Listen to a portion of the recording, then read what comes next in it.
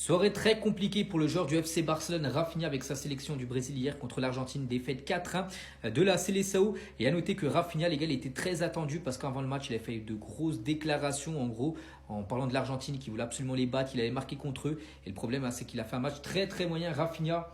Et à la fin de la rencontre, il a été énormément chambré par les joueurs de l'Argentine. Donc les joueurs argentins après le match contre le Brésil, 1 minute de silence pour Rafinha qui est mort.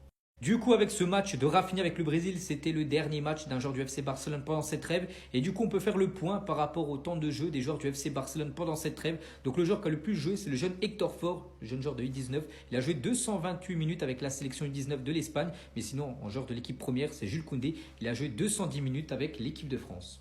A noter que Robert Lewandowski, donc il revient à Barcelone, mais très énervé. Donc Lewandowski quitte cette trêve internationale très en colère. Il est déçu par le mauvais style de jeu de la Pologne et par certaines décisions prises par le sélectionneur de l'équipe nationale.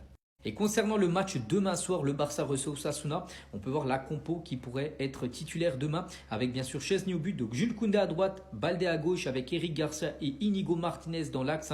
Poku Barsi, les gars, il ne sera pas disponible, ni Araujo qui a joué bien sûr hier avec l'Uruguay. Donc milieu de terrain, Pedri, Fermin Lopez, Gavi et devant Ferran Torres à la place de Rafinha qui ne sera pas dispo, Lewandowski et Lamine Yamal.